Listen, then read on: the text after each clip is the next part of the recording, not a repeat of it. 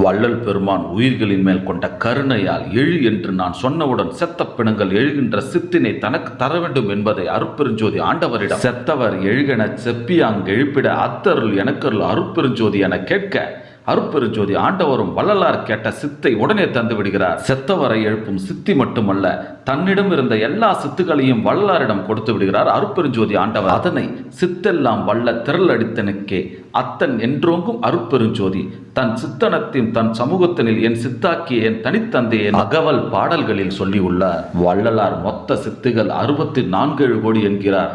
64 பெருக்கல் 7 அதாவது 448 கோடி சித்துகளை அருட்பெருஞ்சோதி ஆண்டவர் தனக்கு தந்துவிட்டார் என வள்ளல் பெருமான் கூறியுள்ளார். வள்ளலார் இறந்த கூன்முதுகனை உயிர்ப்பித்ததாக வள்ளலார் வாழ்வில் நடந்த சுவையான 100 நிகழ்ச்சிகள் என்ற நூலில் இறந்த ஒரு சிறு குழந்தையை உயிர்ப்பித்து தந்ததாக சித்தநெறி என்ற நூலிலும் சொல்லப்பட்டுள்ளது.